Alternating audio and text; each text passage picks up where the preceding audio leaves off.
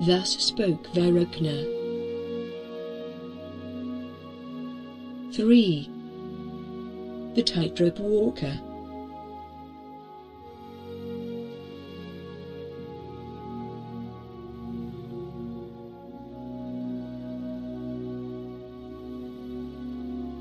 Vairocana arrived in a village and he found a vast throng of people gathered together in the marketplace. Their eyes were transfixed on a great faith healer who, through delusion, believed that he was an angel sent from the divine to effect cures. The eyes of the miracle man looked upon the arrival of Vairocana with great contempt, and he spoke thus: "Bah! I know who you are.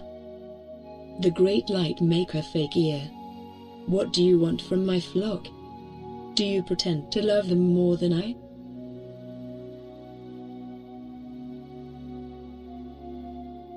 "Love?" spoke Vairocana, blinking his eyes. "I love those who love charity. For by mastering it they surpass the thieves of the visual world and therefore become spiritually wealthy. I love those who embrace discipline. For by mastering it they surpass the great thief of the auditory world and hence acquire good spiritual practice and concentration. I love those who say yes to patience. For by mastering it they overcome those thieves of the olfactory world and henceforth they permeate the air with inner peace, both for themselves and for others, as they are indifferent with regard to what is pleasant and unpleasant. I love those who acquire strength.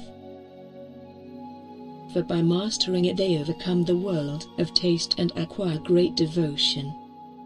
They know how to destroy their desire for the appetites and various forms of flattery that spews forth from the tongues the like of yours.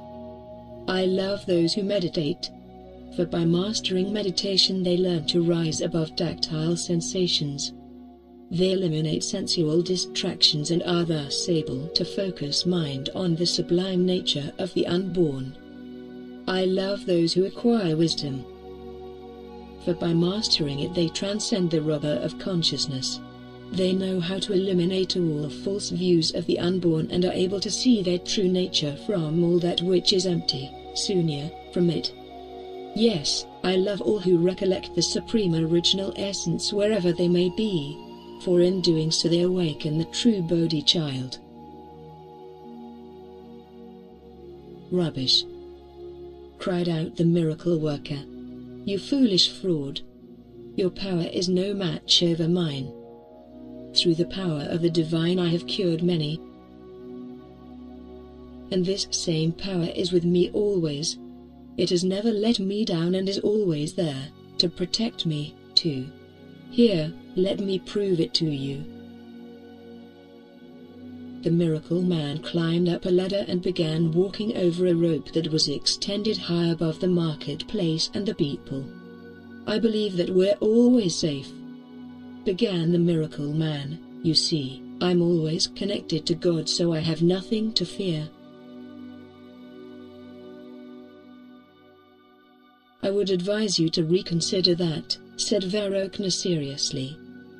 "To presume that one's mind is always safe is very much like what you're doing now. Balancing on a very thin line hanging over a great dark abyss, filled with all your previous forgotten deeds and actions." "Buzz off," mockingly said the miracle man, balderdash. "I'll show you how to get to the other shore." When he had reached the exact middle of his treacherous walk across the rope and thinking that he had finally cornered divine light itself, the miracle man was suddenly startled when a slight gust of wind crept up from behind and plunged him swiftly to the ground like a vast whirlpool of arms and legs. The market square and the people below became like the sea in a storm. They quickly scattered about in fear of where the body might land.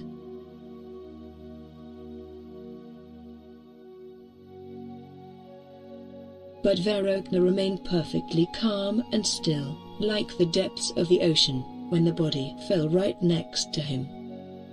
Badly maimed and broken but not yet dead. After a while, The shattered miracle man recovered consciousness and saw Vairocana beside him. "What are you still doing here?" asked the miracle man at length. "I have fallen, yes. And my body is dying. But my immortal soul will live on, and I shall soon see the face of God himself."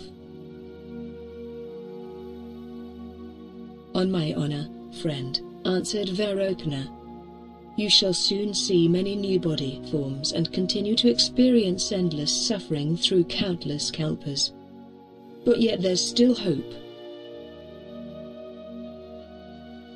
Listen, and listen well. Abandon this mortal carcass in peace. Transcend your bewitchment of this, or any other image.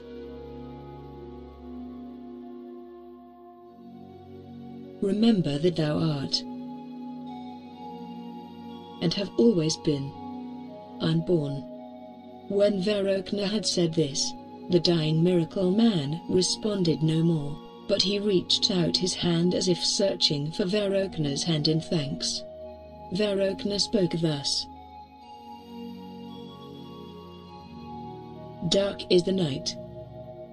Dark and obscure is the principle of the unborn mind for those with bewitched eyes.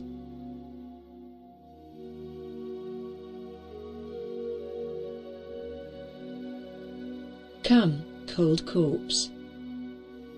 May this burial hopefully be your last, and may you come to see with unborn eyes that face, which is your own."